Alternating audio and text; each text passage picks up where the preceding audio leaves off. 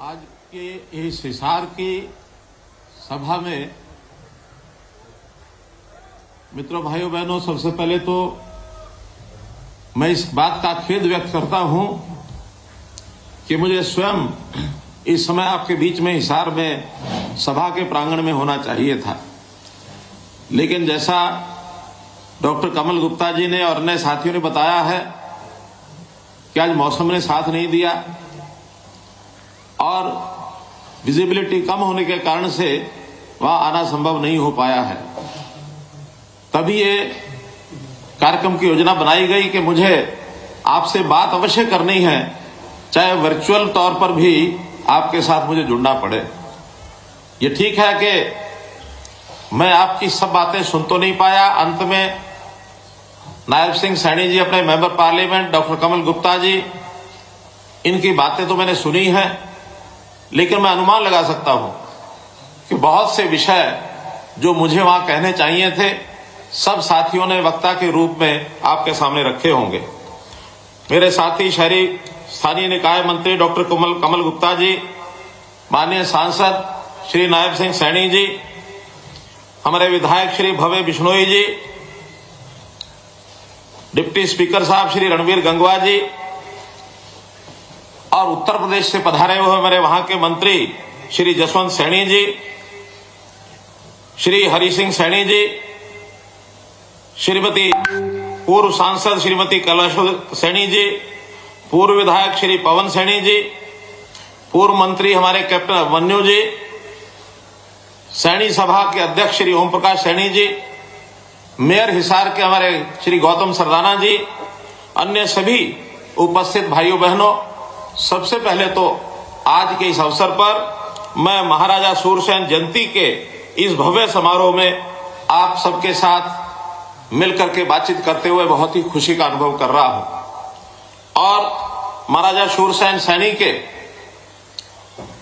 आप लोग सब लोग वंशज, उनकी याद में वैसे तो हर साल कार्यक्रम करते हैं, और मुझे याद है कि 1920 के कार्यक्रम में कुरुक्षेत्र में भी जो पहला राज्य स्तरीय कार्यक्रम था, उसमें मैं उपस्थित हुआ था। आज इस कार्यक्रम में मैं दूसरी बार आ रहा हूं। मेरी अपेक्षा रहेगी कि आप हर वर्ष हरियाणा के किसी न किसी कोने में राज्य स्तरीय कार्यक्रम अवश्य करें, ऐसा मेरा मानना है। जहां तक महाराजा सूरसेनी जी का जो इतिहास हमने पढ़ा है, बहुत ही प्राक्रमिक और बहुत ही वेदों के ज्ञाता, प्रतापी, न्यायप्रिय, एक धर्मात्मा, इस प्रकार के प्रजापालक वो राजा थे। और राज्य में उनके समय पूर्ण समाजवाद था। उत्पादन के साधन समस्त समाज की भलाई में काम आते थे, इस प्रकार की, और उनको राज करने की जो पद्धति प्रक्रिया थी, वो उस समय हमने की। राजा सूरसेन सैनी जी, इनका जो क्षेत्र है मथुरा का इलाका है, और उस मथुरा के क्षेत्र के अंदर आज भी उनकी मान्यता जिस प्रकार से बताई जाती है, बहुत ऐतिहासिक तौर पर उनको लोग वहां याद करते हैं। वहां पर उन्हीं के नाम पर सौर सैनी भाषा, और उन्हीं से आगे चल करके ये जो सूरसैनी वंश है, जिसके हम सब सैनी समाज के नाते वंशज हैं, ये वहां शुरू हुआ। सूरसैनी जाति की जो प्रशंसा है, न केवल इतिहास में बलती है, बल्कि महाभारत के में भी सूरसैनियों का ये यश जो है, ये गाया जाता है। हमारा जो इतिहास है बहुत गौरवशाली है, और उसके अधीन हम जितना भी काम करते रहे हैं, हमें ऋग्वेद में श्रेणी नामक वीर जाति का जो वर्णन मिलता है, उसी वंश में चलकर महाराजा सूरसैनी ने सूरसैनी गण की यह स्थापना की थी। सैनी समाज ने सामाजिक क्रांति के अग्रदूत महात्मा ज्योतिबा फुले, भारत की प्रथम महिला शिक्षिका सावित्रीबाई फुले जैसे समाज सुधारक, और श्री लक्ष्मीदास जी जैसे संत, बल्लभगढ़ रियासत के सेनापति गुलाबचंद सैनी जी जैसे वीर योद्धा, बिहार के सामाजिक क्रांति के सूत्रधार बाबू जगदेव प्रसाद कुशवाहा जैसे समाज सेवक, और बहुत प्रसिद्ध नाम हमने सुना है हॉकी के जादूगर मेजर ध्यानचंद कुशवाहा जैसे खिलाड़ी, परमवीर चक्र विजेता कैप्टन गुरुबचन सलारिया, परमवीर चक्र विजेता सूबेदार जोगेंद्र सिंह सैनी जी जैसे वीर सैनिक, और चंडीगढ़ जिस नाम से ख्यात है, प्रसिद्ध है, प्रख्यात है, ऐसे कलाकार जो चंडीगढ़ स्थित रॉक गार्डन के निर्माता हैं पद्मश्री नेकचंद सैनी जी, भारत में बाघों की जनसंख्या और उनके अस्तित्व को बचाने के लिए कार्य करने वाले पद्मश्री कैलाश चंद सांखला जी जैसे वन्य प्राणी संरक्षक, ऐसे अनेक महापुरुष अपने समाज में ऐसे हुए हैं। हमें अपने इन जो महापुरुषों का, वीरों का, इनकी जब जीवनी पढ़ते हैं तो वास्तव में माथा ऊंचा होता है, गौरव से हम अपने सीने को चौड़ा करते हैं। स्वतंत्रता आंदोलन में भी सैनी समाज का बहुत बड़ा योगदान रहा है। आजाद हिंद फौज में सेनानी सरदार महंगा सिंह सैनी और अजीत सिंह सैनी जैसे सेनानी इसी समाज ने दिए हैं। वास्तव में देश का इतिहास इन सेनानियों का और हमारी आजादी के आंदोलन से भरा पड़ा है। 1857 की पहली जो स्वतंत्रता की जो लड़ाई थी, उस समय समाज के वीरों ने कितना बड़ा योगदान किया है। लेकिन एक दुर्भाग्यपूर्ण कथा ऐसी भी कभी कभी सुनने को मिल जाती है, और बड़ी दुर्भाग्यपूर्ण इसलिए मैं कह रहा हूं कि अभी अभी ये जो यात्रा चल रही है, जो राहुल गांधी के नाम से यात्रा चलाई जा रही है, कल ही अजमेर में जो हमारे कांग्रेस के अध्यक्ष हैं, उन्होंने क्या कहा कि हमने आजादी दिलाई है। वो आजादी का श्रेय इंदिरा गांधी, राजीव गांधी, इनके अलावा बाहर जाके निकल के देखते नहीं है। ये जो अनगिनत क्रांतिकारियों का मां भारती के बलिदान के लिए जो काम किया है, वास्तव में इस प्रकार का खेदजनक बयान कभी देना नहीं चाहिए। देश की आजादी में बहुत बड़े क्रांतिकारियों का, वीरों का जो योगदान रहा है, हम सबको इतिहास के साथ खिलवाड़ नहीं करना चाहिए। हमको सबको याद रखना चाहिए, सबके प्रति आदर का भाव ऐसा ही हमको लेकर के चलना चाहिए। वास्तव में सैनी समाज ये हमारा बहादुर समाज है। समाज की सत्य और अहिंसा की महान परंपराएं हैं। पूर्वजों ने दया, धर्म और त्याग के ऊंचे आदर्श ये ऐसे काम किए हैं। समाज की एक बड़ी आबादी महाभारत से पहले भी खेतीबाड़ी का काम करती रही है। वास्तव में राजा कुरु ने जब कुरुक्षेत्र में हल चला करके खेती का काम शुरू किया था, उस समय भी बड़ी संख्या में सैनी समाज उस क्षेत्र के अंदर पहले से खेतीबाड़ी का काम ये करता रहा है। जैसा हम देखते हैं कि देश के निर्माण में सैनी समाज का योगदान ये बहुत प्रशंसनीय है। जैसा हम जानते हैं, आजादी के बाद यानी एक प्रकार से पहली जो हमारी महिला शिक्षिका है, जिनको हम बहुत आदर से याद करते हैं, ऐसा नाम भी ये शिक्षिका सावित्रीबाई फुले जी के नाम से और ये उस समय आता है। इस प्रकार से जो मैंने पहले जिक्र किए हैं, ऐसे महान पुरुषों में जो शिक्षा के बारे में विचार है, वो बहुत ही एक प्रकार से सराहनीय है। एक आधुनिक और एक विकसित हरियाणा को बनाने के लिए आज हरियाणा में भी बहुत सी संस्थाएं जो काम कर रही हैं, और इसलिए हमेशा मेरे मन में कभी कभी सैनी समाज के प्रति बहुत प्रेम और प्यार इसलिए भी आता है कि एक प्रदेश के हित में सोचने वाला, छोटी सोच का ना होकर के एक व्यापक सोच का समाज ये हमारा सैनी समाज है। इसलिए मैं सैनी समाज के सभी महापुरुषों को अपनी ओर से नमन करता हूं, और विशेष तौर पर महाराजा शूर सैनी जिनकी आज जयंती मना रहे हैं, उनको मैं श्रद्धापूर्वक नमन करता हूं। मित्रों, हर समाज के अंदर कुछ ना कुछ नेता, महापुरुष, ऐसे संत हुए हैं। हमने हरियाणा सरकार, आज संयोग से ऐसा कह सकते हैं कि हरियाणा सरकार में हमने जो योजनाएं बनाई हैं, उसमें संतों, महापुरुषों का एक बहुत बड़ा योगदान, इसको हम हमेशा याद करते रहे हैं। हमने इसके लिए विशेष योजना बनाई है कि संत महापुरुष विचार प्रसार एवं सम्मान योजना, ये हमने एक योजना बनाई, और उसके अंतर्गत कितने ही ऐसे वीर पुरुषों के, हमने महापुरुषों की जयंतियां ये हमने मनाई हैं। चाहे महर्षि वाल्मीकि जी हो, चाहे भगत कबीर हो, चाहे रविदास जी हो, चाहे गुरु नानक देव जी हो, गुरु गोविंद सिंह जी हो, अभी गुरु तेग बहादुर जी का 400 साला उत्सव ये हमने मनाया। डॉक्टर अंबेडकर जी का राज्य स्तरीय कार्यक्रम ये हमने मनाया है। उसी के अंतर्गत आज ये कार्यक्रम ये मना रहे हैं। अनेक संत महापुरुषों ने जो हमारे जीवन को ऊंचा उठाने का काम किया, उनको समय समय पर विचारों को याद करते रहेंगे तो आने वाली नई पीढ़ी उस शिक्षा से और वो लाभान्वित होती रहेगी। हमने अपने समाज के हित के लिए ये सब काम करने हैं। सरकार उसी प्रकार से आगे बढ़ रही है। पूरे हरियाणा को एक सूत्र में बांधने के लिए हमने हरियाणा एक, हरियाणवी एक ये नारा दिया। प्रधानमंत्री जी ने सबका साथ, सबका विकास और सबका प्रयास, इस प्रकार के जो कार्यक्रम हमें नारे दिए, ऐसा जो आह्वान किया समाज की एकता के लिए, इसको हम भरपूर मानते हैं। पिछले 8 वर्षों में केंद्र में श्री नरेंद्र मोदी जी की सरकार, हरियाणा में आपकी सरकार, ये डबल इंजन की सरकार लगातार काम कर रही है, देश प्रदेश के हित में काम कर रही है। हमने कुल मिला के समाज के हित में शिक्षा की योजनाएं, स्वास्थ्य की योजनाएं, सुरक्षा की योजनाएं, स्वावलंबन की योजनाएं, स्वाभिमान बनाए रखने के लिए बहुत सी योजनाएं, ऐसे सारे प्रदेश, सब प्रदेशों में, अपने हरियाणा प्रदेश में, देश भर में ये सब चलाई है। आखिर इसको क्रियान्वित करने के लिए व्यवस्था परिवर्तन के काम भी बहुत किए हैं, क्योंकि 8 वर्ष पूर्व जब हम देखते हैं कोई भी छोटा काम भी अगर घर का, परिवार का कराना होता था, जितने सदस्य होते थे आधे सदस्य तो लाइन में लग के खड़े रहते थे, दफ्तरों के चक्कर काटते थे, काम के होते नहीं थे, जूती घिस जाती थी। लेकिन इन सब चीजों को हमने ठीक करने के लिए नई नई योजनाएं व्यवस्था परिवर्तन की है। चाहे वो केंद्र सरकार में हमने हर परिवार की चिंता की है, हर परिवार के अंदर, गरीब परिवार के अंदर रसोई घर में गैस मिले, नल से जल हर रसोई में पहुंच जाए, हर घर में बल्ब जले, कहीं कोई अंधेरा कहीं न रहे, आवास सभी गरीब परिवारों को ये मिलना चाहिए, हर व्यक्ति का बैंक में अकाउंट हो। यानी कितने क्रांतिकारी कदम किए हैं, जो जब दुनिया के लोग देखते हैं कि भारत जिस गति से आगे बढ़ रहा है और समाज में ईज ऑफ लिविंग का जो एक पैमाना तय किया गया है, लोग दिन प्रतिदिन अपने जीवनचर्या को यानी सरल कर रहे हैं, आसान हो रहे हैं। हमारे यहाँ का हैप्पीनेस इंडेक्स ये बढ़ रहा है, लोग सामान्यतः आनंदित रहें, खुश रहें, इस प्रकार की और हमारी कार्य पद्धति करने का काम हम कर रहे हैं। हमने ई गवर्नेंस इसको चालू किया ताकि लोगों को भागदौड़ न करनी पड़े।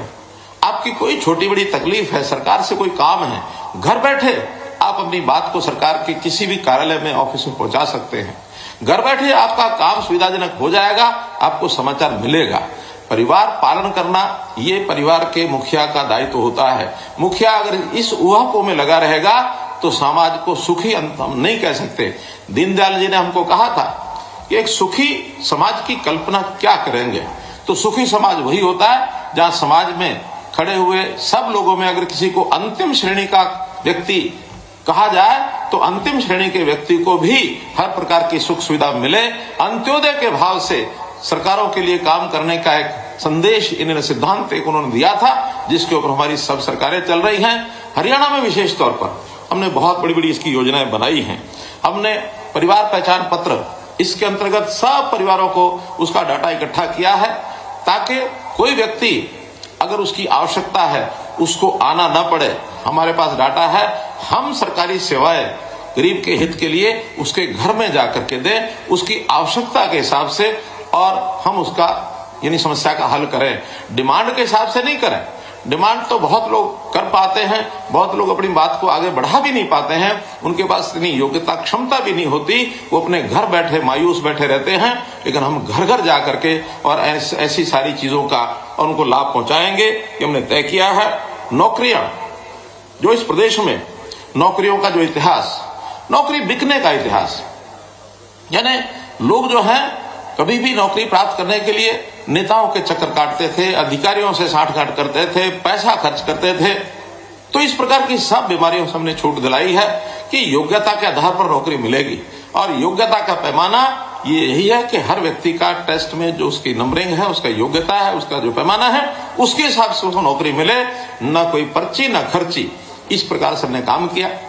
ट्रांसफर जो करते थे ये भी एक उद्योग बना हुआ था। कोई भी सरकारी नौकरी में चाहता है हर व्यक्ति कि मैं अपने घर के नजदीक आ जाऊं, पैसा खर्च करके और लोग स्पार्शियां लगा करके और ये ट्रांसफर कराते थे। हमने सब बंद कर दिया। ऑनलाइन ट्रांसफर पॉलिसी, उसकी सीनियोरिटी कितनी है, आयु कितनी है, उसके हिसाब से जो नजदीक से नजदीक स्थान पर वो जा सकता है उसको वहां पहुंचाया है। ऐसी सब बातें हमने केवल आईटी के कारण से, ई गवर्नेंस के कारण से करना वाले सिद्ध हो पाया है। घर बैठे किसी की समस्या है उसको सीएम विंडो में आप डाल दो। सीएम विंडो के माध्यम से 12 लाख लोगों को इस समय तक राहत मिल गई है। हर वर्ष 1-1.5 लाख लोग जो है उसमें बढ़ते हैं ताकि एक समस्या का हल घर बैठे उस व्यक्ति का हो जाए। ऐसे सीएम विंडो की योजना भी हमने दी है। हमने गरीब परिवारों के उनके एक एक व्यक्ति को रोजगार देने के लिए रोजगार मेले लगाए। अभी तक लगभग 800 मेले लग चुके हैं। 1.5 लाख परिवार उसमें आ चुके हैं। बहुत अभी बाकी है। 7 लाख ऐसे परिवार हैं जिनकी वार्षिक आय 1 लाख रुपया साल से भी कम है। हम उनको सबको बुलाएंगे और सबको आह्वान करेंगे कि कुछ ना कुछ काम करिए, कुछ अपनी आय बढ़ाएं। सबको हम 1,80,000 से ऊपर कैसे ले जा सकते हैं, ये हमारा टारगेट है। और 1,80,000 से ऊपर जाने का मतलब कि हर परिवार की कम से कम 15,000 रुपये महीना ये अगर आय होती है तो अपने घर का सामान्य कामकाज वो कर सकता है। हाँ, कुछ विशेष काम ऐसे होते हैं जिसके अंदर उसके ऊपर भारी वजन पड़ता है, आर्थिक मकान बनाना है वो नहीं बना सकता है। प्रधानमंत्री आवास योजना के अंतर्गत योजना बनाई, हमने लाखों मकान उसमें दिए हैं। अभी और लोगों का भी हम और सर्वे कर रहे हैं। उस सर्वे में जिनके अपने मकान नहीं हैं, अलग से एक प्रदेश की योजना बनाएंगे, मुख्यमंत्री आवास योजना, जिसके अंतर्गत वो सारे लाभ जितने दिए जा सकते हैं आसानी से मकान व्यक्ति को मिल जाए, हर सिर के ऊपर उसकी छत हो जाए, ये योजना हम बना रहे हैं। हर परिवार का, उस गरीब परिवार का बच्चा, उसकी पढ़ाई ठीक हो जाए, स्कूलों में उनकी फीस माफ कर रहे हैं। यहां तक अगर ऐसे गरीब परिवार के बच्चे मानो सरकारी स्कूल उसको उपलब्ध नहीं है, अच्छा स्कूल, कहीं प्राइवेट में पढ़ना चाहेगा तो फीस सरकार देगी। हमने सरकार की ओर से वो फीस भी तय की है कि इस प्रकार के बच्चों के लिए, गरीबों के लिए, और ये फीस सरकार की ओर से तय है। बहुत सरकारी प्राइवेट स्कूल भी उसमें आगे आ रहे हैं जो कहते हैं इस योजना में, और हम चिराग योजना में हम शामिल होना चाहते हैं। गरीब परिवार का बच्चा, बालक, नौजवान, बूढ़ा, बुजुर्ग, महिला, पुरुष कोई बीमार हो गया, उसके इलाज के लिए प्रधानमंत्री जी ने आयुष्मान भारत योजना चलाई कि 5 लाख रुपए की स्वास्थ्य बीमा योजना ये वो देंगे, और वो दे रहे हैं। लेकिन उसके बाद भी हमें ध्यान में आया कि इसमें बहुत परिवार बच गए हैं। हमने अपनी योजना चलाई और चिरायु हरियाणा के नाम से बचे हुए, पहले 15 लाख रजिस्टर्ड थे और 13-14 लाख रजिस्टर किए, 28,89,000 परिवारों को अब ये योजना का लाभ मिलेगा, चाहे वो चिरायु योजना हो या आयुष्मान भारत योजना हो। 5 लाख रुपए का स्वास्थ्य बीमा। अब एक विषय और ध्यान में आता है कि अगर हम बचपन से ही नागरिकों का, सबका एक वार्षिक एक स्वास्थ्य परीक्षण, हेल्थ टेस्ट ये कराना शुरू कर देंगे तो बीमार होने से पहले ही व्यक्ति का पता लगेगा कि इसमें कोई बीमारी आने की संभावना है, उसको ही वहीं पर रोका जा सकता है। कहते हैं nip the evil in the bud, बुराई को जड़ से समाप्त करने के लिए, और शुरू से ही हमको ये करना पड़ेगा। ये कार्यक्रम भी निरोगी हरियाणा के नाम से शुरू करा दिया गया है। साल में हर नागरिक का एक बार स्वास्थ्य परीक्षण हो। पहले चरण में जो हमारे बीपीएल के 1,80,000 तक के परिवार हैं, जो मैंने बताया 29 लाख परिवार हैं, 1.25 करोड़ ये जनसंख्या बनती है, इनका लगातार परीक्षण शुरू हो गया, इसी महीने शुरू हुआ है। अभी तो मात्र 60 से 70,000 परिवारों को ही उस प्रकार का ये परीक्षण हो पाया है। ये प्रोसेस थोड़ा धीरे इसलिए कि उसमें टाइम लगता है। सेंटर वाले जितने हैं उन पर सब पर भी लोग जाते हैं, फिर भी साल के अंदर अंदर 1.25 करोड़ सब लोगों का परीक्षण होगा।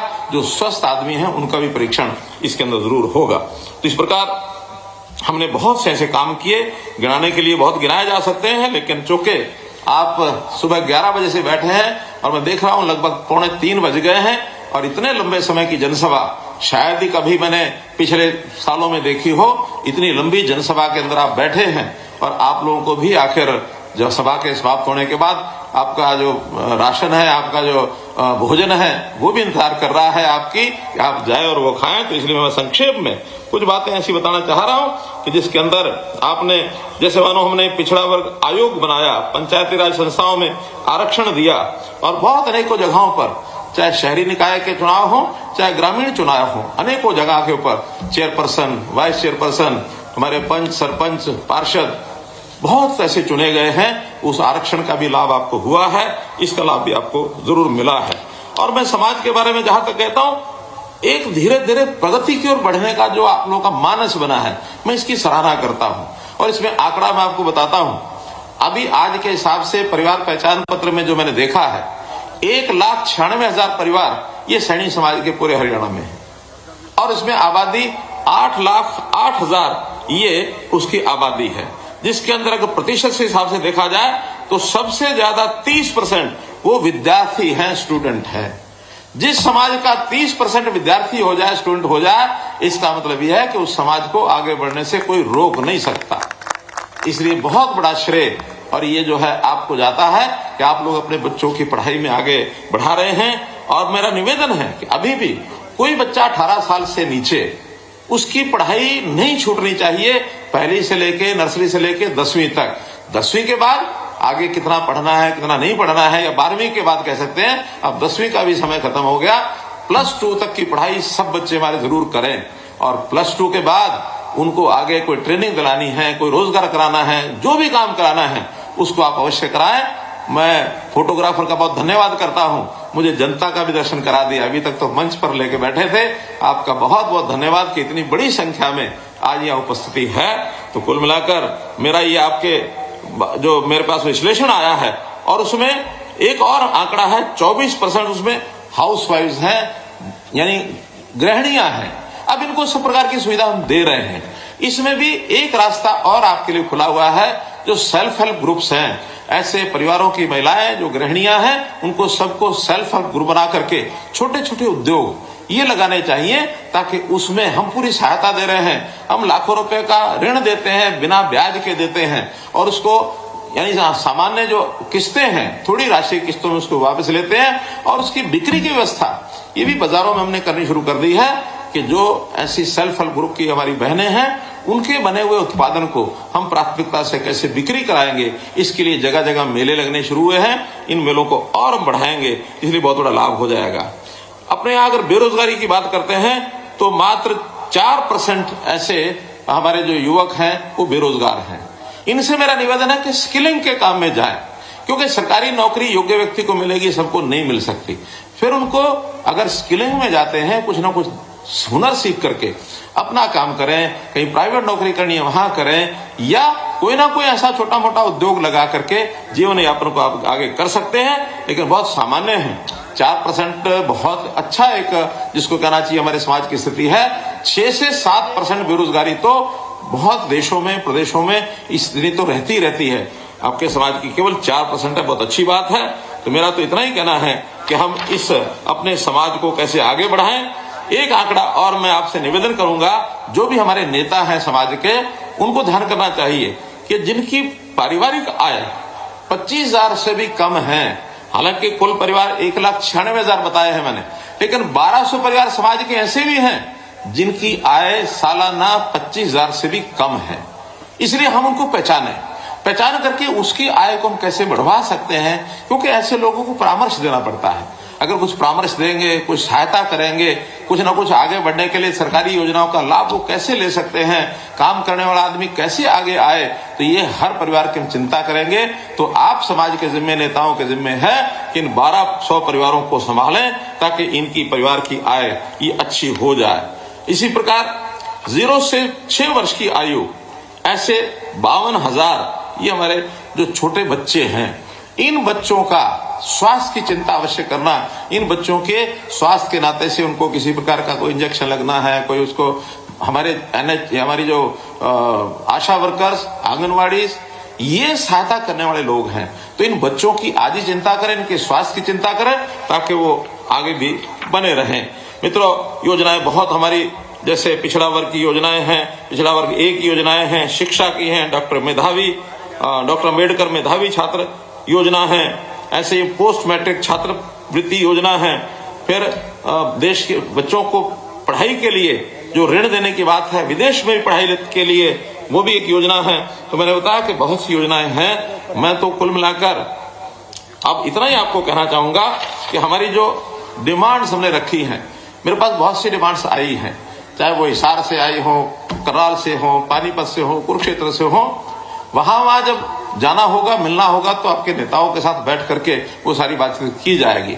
अभी तो जिस स्थान पर हम बैठे हैं, इस स्थान के ऊपर जो हमारी शिक्षण संस्थान था वो पुराना होने के कारण से उसको गिरा दिया गया। इसके नए निर्माण की जो बात की जा रही है, इसमें मुख्यमंत्री के पास, मंत्रियों के पास एक डिस्क्रिशनरी कोटा होता है।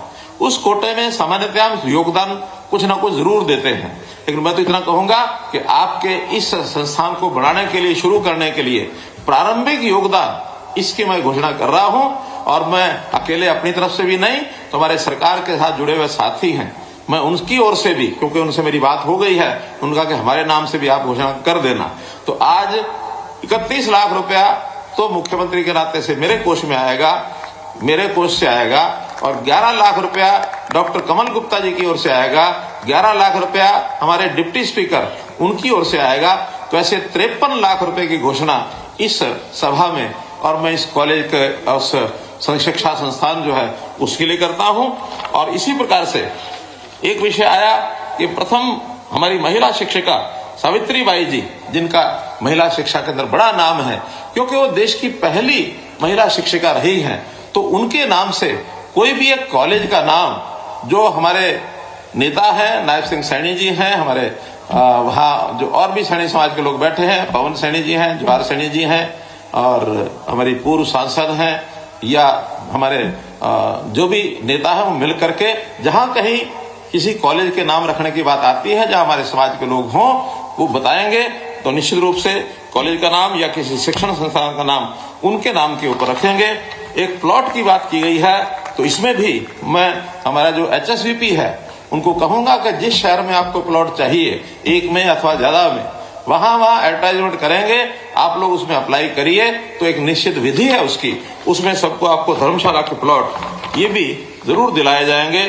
तो इस प्रकार से कुछ जो डिमांड्स हैं उतनी मैंने आपको बताई हैं, लेकिन और जो चीजें रह गई हैं, जिन शहरों के, जिन जिलों के अपने कार्यकर्ता हैं, वो एक बार बैठेंगे तो बैठ करके उनके साथ चर्चा करके ऐसी सब चीजों को हम पूरा करेंगे, जिससे हमारे समाज के महापुरुषों का, हमारे समाज के ऐसे नेताओं का, उनका नाम आगे बढ़े, ताकि अपने समाज की हम चिंता कर सकें। यह समाज एक कर्मशील समाज है, एक काम करने वाला ऐसा समाज है कि जिसके आगे कोई कठिनाई, कोई दुविधा ये बचेगी नहीं, और निश्चित रूप से हम अपने कर्म करने की जो वृत्ति है, इसके कारण से सदैव आगे बढ़ेंगे, कोई पीछे हमको धकेल नहीं सकता। हाँ, हमको अपने हाथों पर, अपनी 10 उंगलियों पर ये पूरा नाज है कि हम कर्मशील बनके काम करके आगे बढ़ाएंगे। कभी भी ऐसी लाइन पर नहीं चलना जो कोई हमारे स्वाभिमान को चोट पहुंचाए। स्वाभिमान के चोट को बचाने के लिए कोई भी कह सकता है कि ये चीज आपको मुफ्त देंगे, ये चीज आपको मुफ्त देंगे।